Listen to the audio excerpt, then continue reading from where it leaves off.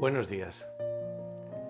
Salmo número 84. Cuán amables son tus moradas, Señor de los ejércitos. Anhela mi alma y aún ardientemente desea los atrios del Señor. Mi corazón y mi carne cantan al Dios vivo. Aún el gorrión halla casa y la golondrina nido para sí, donde ponga sus polluelos cerca de tus altares. Pero no estamos en Israel. Estamos en el siglo XXI, en la era post-COVID, donde no sabemos si el próximo domingo estaremos reunidos en los altares del Señor, en los atrios del templo del Señor. Pero también hay que reconocer una cosa. Hoy podemos adorar al Señor en su santuario sin estar en ningún templo, porque los templos no son importantes. Lo importante es donde habita el Espíritu de Dios, y eso es en su iglesia. Así que quiero darte la bienvenida al templo del Señor, un templo global y virtual, estés donde estés, para adorar al Señor. Posiblemente nos hayamos visto hace un rato en nuestro culto presencial, pero si no es así, quiero decirte que Dios te bendiga y que el Señor hable a tu corazón por medio de su palabra, porque cuando nos encontramos los cristianos, la misericordia y la verdad se encuentran, la justicia y la paz se besan, la verdad brota de la tierra y la justicia mira desde los cielos, porque el Señor dará el bien y dará la tierra su fruto, la justicia irá delante de él y sus pasos nos pondrán por camino. Así que en medio de este camino que nos toca experimentar, quiero decirte, vamos a adorar al Señor, vamos a celebrar su nombre, estemos reunidos en grupo, en casa o estemos en el templo, estés donde estés, tiempo de adorar al Señor. Celebremos que hoy es domingo, día del Señor, y tú y yo estamos vivos para adorarle en este mundo.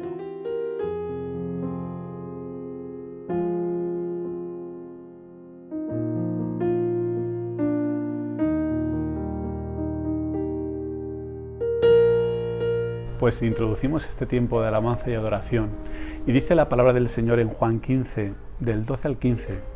Este es mi mandamiento, que os améis los unos a los otros, así como yo os he amado. Nadie tiene un amor mayor que este, que uno dé su vida por sus amigos. Vosotros sois mis amigos, si hacéis lo que yo os mando.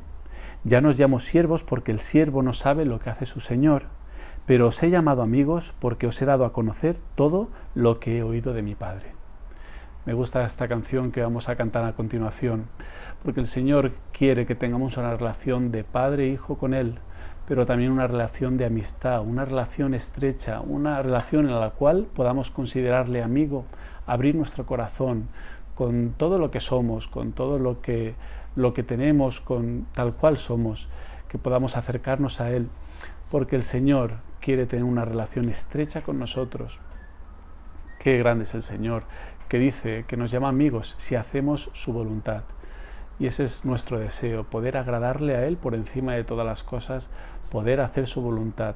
El Señor es majestuoso, el Señor es poderoso, el Señor es grande, el único que merece nuestra admiración. Así que vamos a adorar y alabar al Señor en esta mañana.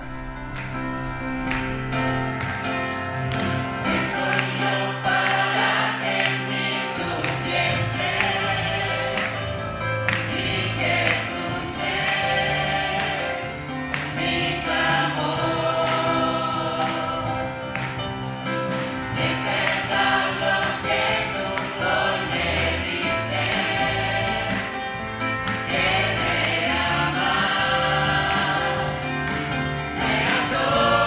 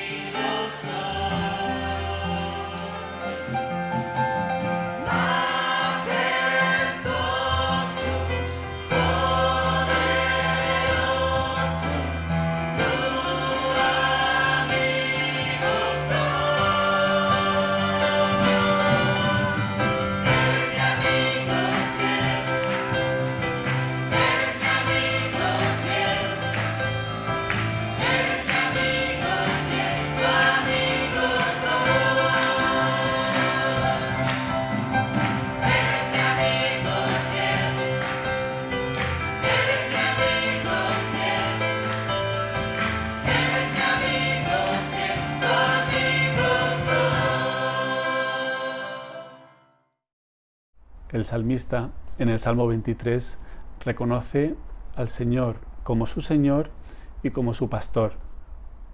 Es mi deseo en esta mañana que tú también lo puedas hacer, que podamos reconocer al Señor como el único pastor de nuestra vida y el único Rey, el único dueño, porque el Señor desea ser nuestra guía. Vamos a pedírselo al Señor, vamos a pedirle y a decirle que queremos estar cerca de Él, que queremos conocer su voluntad, porque estando cerca del Señor conoceremos su voluntad, y que Él es el único pastor de nuestra vida, el único que nos guía y el único que sabe y conoce qué es lo mejor para nosotros. Sometámonos a Él, a su voluntad, porque Él es nuestro refugio, nuestro tesoro, nuestra roca. Gloria al Señor.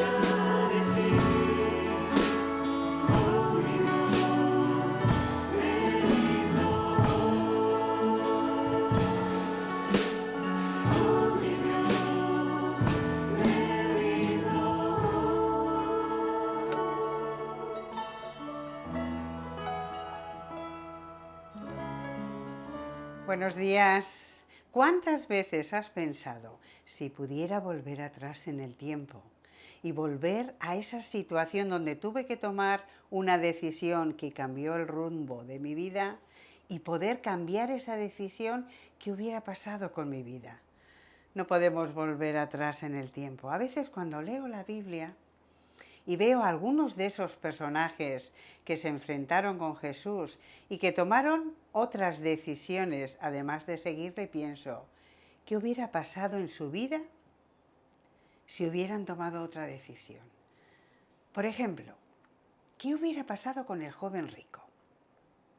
Si hubiera vendido todo lo que tenía, si lo hubiera dado a los pobres y hubiera seguido de Jesús. ¿Cuántos libros se hubieran escrito acerca de él, del ejemplo que dio? ¿Qué hubiera pasado con los fariseos si en lugar de tramar contra Jesús le hubieran reconocido como el Mesías? ¿Qué cambio hubiera habido en sus vidas? ¿Qué lugar ocuparían los gobernadores romanos Félix, Festo, el rey Agripa, si cuando enfrentaron con Jesús esa conversación hubieran aceptado las palabras del apóstol Pablo? ¡Ay, cuántos cambios hubiera habido en la vida! Qué interesante es pensar en estos personajes. Estuvieron al lado de algo que pudo ser glorioso, pero no lo alcanzaron.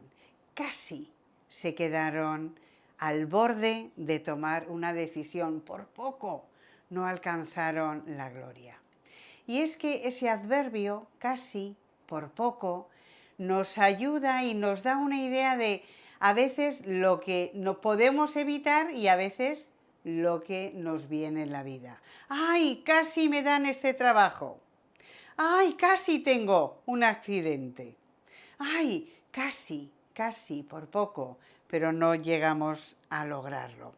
Y así en cada momento pues hay situaciones donde ese adverbio o nos salva o nos arruina.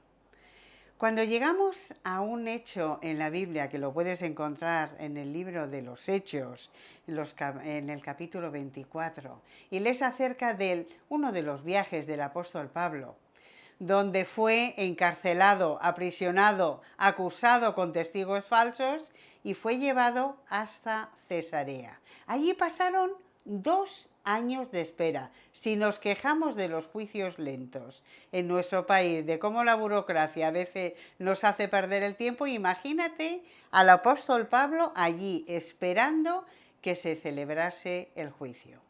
2 años prisionero, 2 años en esa ciudad, en el pretorio de Herodes, que era la residencia oficial del gobernador romano que estaba regiendo la región.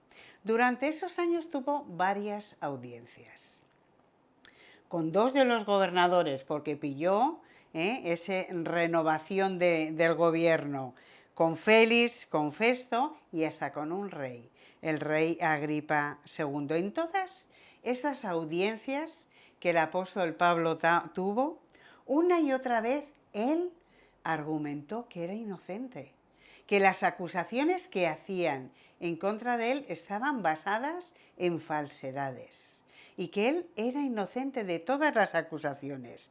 Ya llegó el momento que no había ni testigos, porque no querían seguir mintiendo contra él.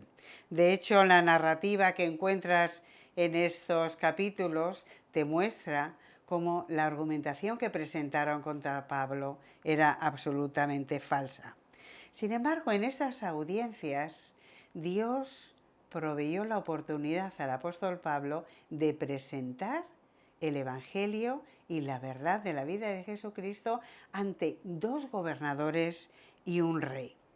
Después de 2 años de retenerle para ganarse el favor de los judíos, primeramente había tenido una audiencia con Festo. Él le había encontrado inocente, pero no se atrevía a oponerse a los judíos. Le releva Félix, otro romano, que llega allí y que llega como gobernador de Judea. Lo encuentras en Hechos 24, versículo 27. Gobernó 2 años allí, en el año 60. Y al fin y al cabo, pues Festo no resultó diferente de Félix con respecto a sus estrategias políticas. Le interesó pues mucho más no perder el apoyo de los judíos que declarar inocente a este hombre que tenía delante de ella. Pero bueno, le llamó, Festo hizo que Félix también le escuchara y el apóstol Pablo llega delante de estos 2 gobernadores. ¿Y qué hace? Les predica el Evangelio, les da su testimonio, les dice lo que él era antes, con quién había estudiado, su celo por perseguir a la iglesia, a los cristianos, cómo en el camino a Damasco se encuentra con Jesús y ese encuentro cambia radicalmente su vida y cómo a partir de entonces él comienza una nueva etapa en su vida y empieza a predicar el Evangelio. Y les habla de Jesús, les habla de la muerte de Jesús, les habla de toda la defensa que significaban sus palabras y les habla del Jesús resucitado. Y en ese momento se produce una reacción tremenda de parte de Félix. Leemos en el versículo 24. Diciendo él estas cosas en su defensa, Festo a gran voz dijo: «¡Estás loco, Pablo! Las muchas letras te vuelven loco». Mira, Festo era un pagano que creía en cosas sobrenaturales. No tienes nada más que leer la mitología de los griegos y romanos para darte cuenta de los pirados que estaban y las cosas sobrenaturales que ellos llegaban a creer a ciencia cierta. Pero no había lugar para la resurrección. Y cuando Pablo le presenta la resurrección de Jesucristo por un rey autoproclamado que no acepta el pueblo ni la nación, que muere de una forma humillante en una cruz y que se divulga por ahí, que corre la voz de que los discípulos que le seguían habían robado el cuerpo y que por eso estaban hablando ahora de la resurrección. En fin, todo esto que me estás contando tú, Pablo, es absolutamente irracional. Estás loco. Las muchas letras te han vuelto loco.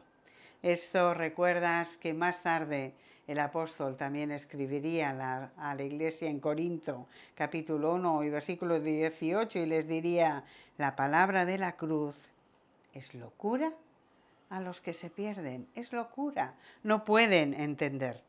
Pero Pablo le contesta a Festo y le dice: oye, que no estoy loco, excelentísimo Festo, sino que hablo palabras de verdad y de cordura. No soy un pirado, no soy un loco que no sabe lo que está diciendo.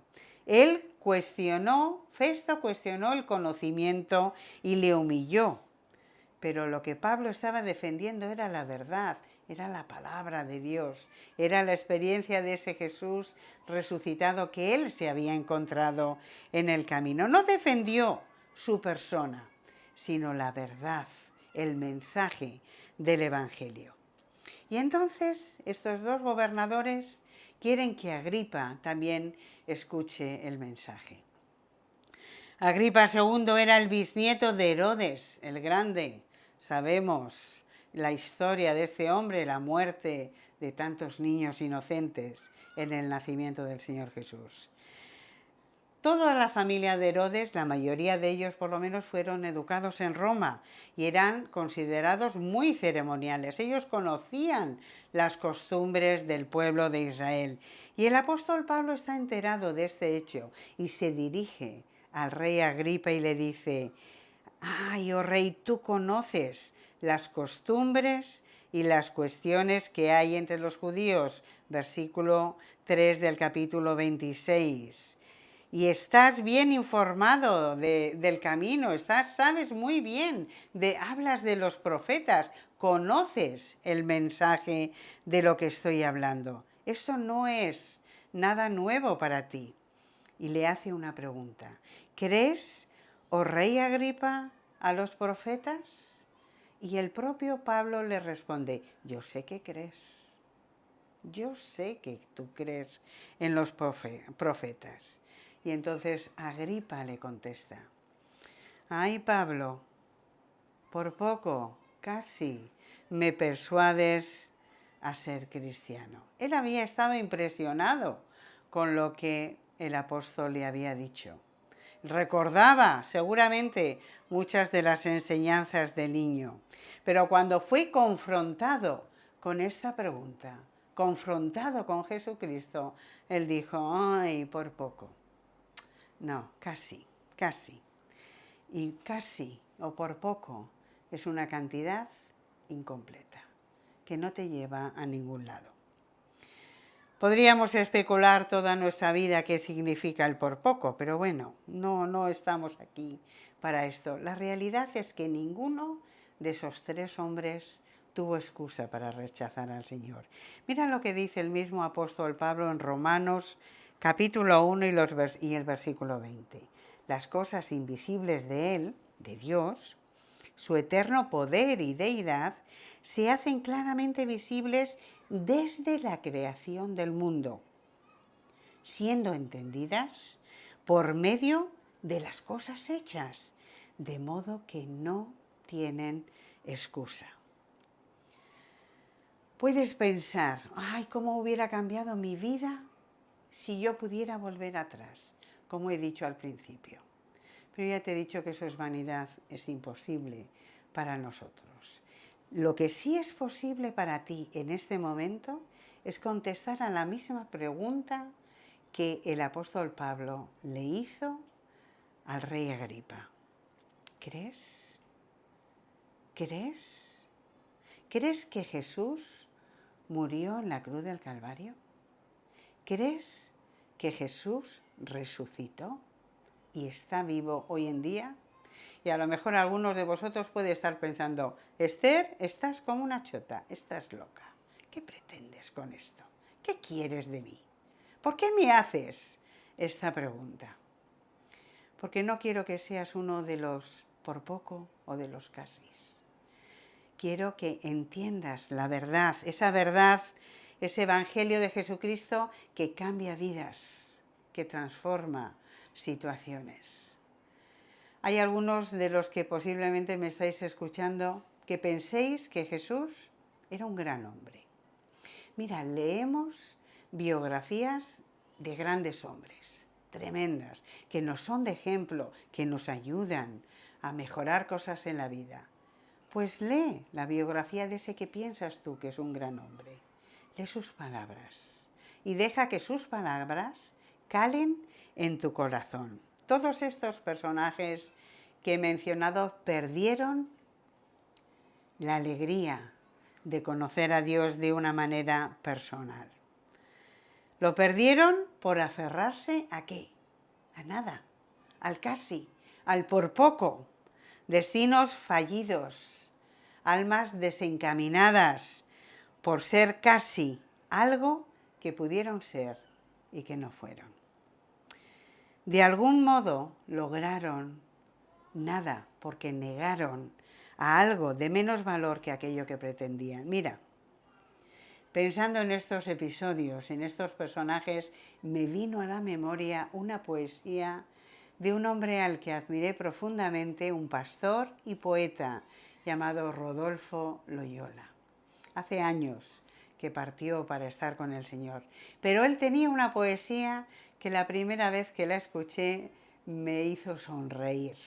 Y creo que es muy apropiada en este momento para compartirla con vosotros. Se llama Casi mira, casi todo y casi nada. Y dice así. La llamaban Casi cuando casi andaba. Y al cumplir los 7 casi fue al colegio, pero la maestra casi no enseñaba. Pues siendo la Casi una adolescente, casi niña, casi dama, encontró a un mozuelo a quien casi amaba. Pero un día el muchacho, casi sin mirarla, dejó a la casi destrozada. Y se fue a un convento la buena de Casi, queriendo ser santa, y casi fue monja. Pero un día, enterada de que el chico moría, se volvió a su casa y cuidó del chico como de casada. Y el chico murió casi sin besarla. Y casi fue viuda, al menos en su alma. Hoy casi cansada de su vida extraña, casi ni se peina. Y desenfadada, cuenta de algún modo que casi fue todo, sin ser casi nada. Qué poesía más bonita, qué poesía más irónica. Pablo contestó a esa pregunta del casi que le dijo el rey Agripa, versículo 29. Quisiera Dios que por poco o por mucho, no solamente tú, sino también todos los que hoy me oyen, o sea, tú, que estás escuchando en este momento. Fueseis hecho tales cual yo soy, excepto sin cadenas. No quiero que estéis en la cárcel, pero sí quiero que seáis ese tipo de personas que se encuentran con Jesús. Porque recuerda, casi no es suficiente. Que Dios os bendiga a todos y que saltes por encima de ese casi para recibir la totalidad de lo que Dios tiene preparado para ti. Que Él sea el Señor y el Salvador de tu vida. Que Dios os bendiga.